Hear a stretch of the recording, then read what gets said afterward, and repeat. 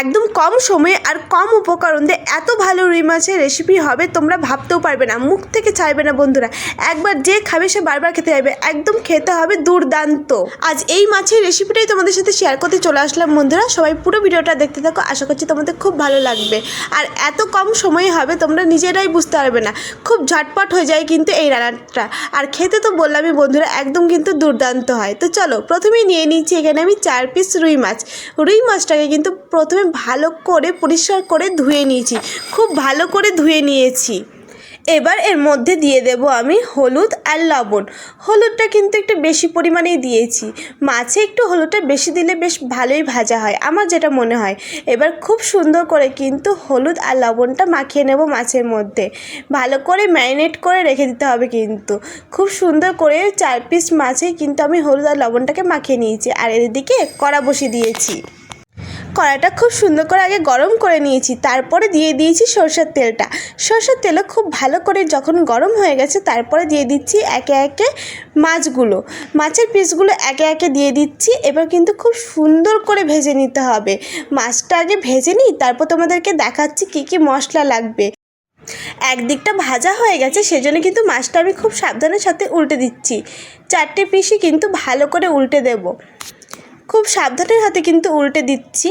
আর যেহেতু তেলটা ভালো করে গরম করে নিয়েছিলাম সেই জন্য কিন্তু মাছটা ভাঙবেও না। তো দেখো উল্টে দিয়েছি। আর এদিকে নিয়ে নিয়েছি সর্ষে, একদম কালো সর্ষে নিয়েছি। আর এখানটা নিয়েছি কিছুটা পরিমাণে পোস্ত, একদম আজকে বানাবো সর্ষে পোস্ত দিয়ে রুই মাছ। আর এই যে নিয়েছি 2টো কাঁচা লঙ্কা আর আদা, ব্যাস এইটুকুই মশলা, আর অন্য কিছু না। এই যে খুব ভালো করে কিন্তু ধুয়ে নিয়েছি, সর্ষে পোস্ত আদা কাঁচা লঙ্কা ভালো করে ধুয়ে নিয়েছি। আর এই যে মাছ কিন্তু ভাজা হয়ে গেছে। এবার চলো তেল থেকে ভালো করে ঝরিয়ে তুলে নিই মাছগুলো। একে একে মাছগুলো ভালো করে তেল থেকে ঝরিয়ে তুলে নিয়েছি। সব মাছগুলো তো তোলা হয়ে গেছে।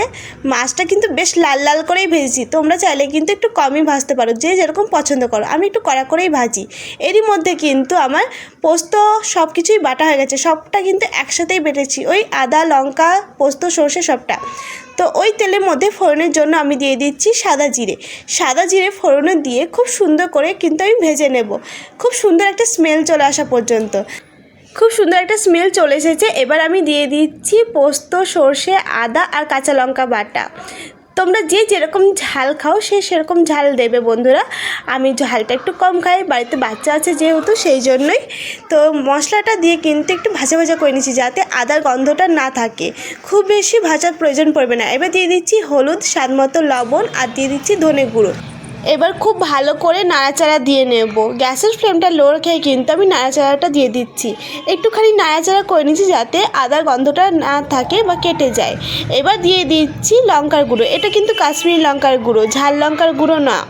এবার খুব ভালো করে মিশিয়ে নিচ্ছি, খুব সুন্দর করে মিশিয়ে নেব। গ্যাসের ফ্লেমটা কিন্তু একদম লো করেই রাখা আছে। ওই যে আদা আর পোস্ত বাটার জল ছিল, ওই জলটা কিন্তু আমি দিয়ে দিলাম।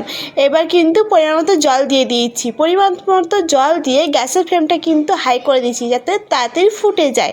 ফুটে গেছে। এবার একে একে মাছের পিসগুলো দিয়ে দিয়েছি, ভেজে রাখা মাছের পিসগুলো দিয়ে আবারও খুব সুন্দর করে নাড়াচাড়া দিয়ে কিছুক্ষণের জন্য আমি ঢাকা দিয়ে রেখে দেবো, যাতে ঝোলটা খুব ভালো করে মাছের মধ্যে ঢুকে যায়।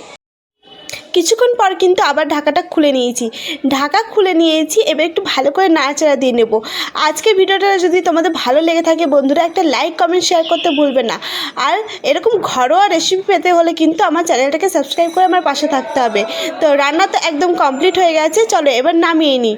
একটা বাটির মধ্যে নামিয়ে নিয়েছি। এবার এর উপর দিয়ে আমি একটা চিড়ে রাখা কাঁচা লঙ্কা দিয়ে দিয়েছি, আর দিয়ে দেব কিছুটা সর্ষের তেল, খুব বেশি নয় অল্প করে সর্ষের তেল দিয়েছি। ব্যাস এখানে কিন্তু কমপ্লিট হয়ে গেছে আমাদের রান্নাটা।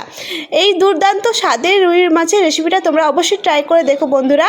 আবারও দেখা হচ্ছে অন্য কোনো ভিডিওতে। সবাইকে অসংখ্য ধন্যবাদ এতক্ষণ আমার ভিডিওটা দেখার জন্য। Bye tata.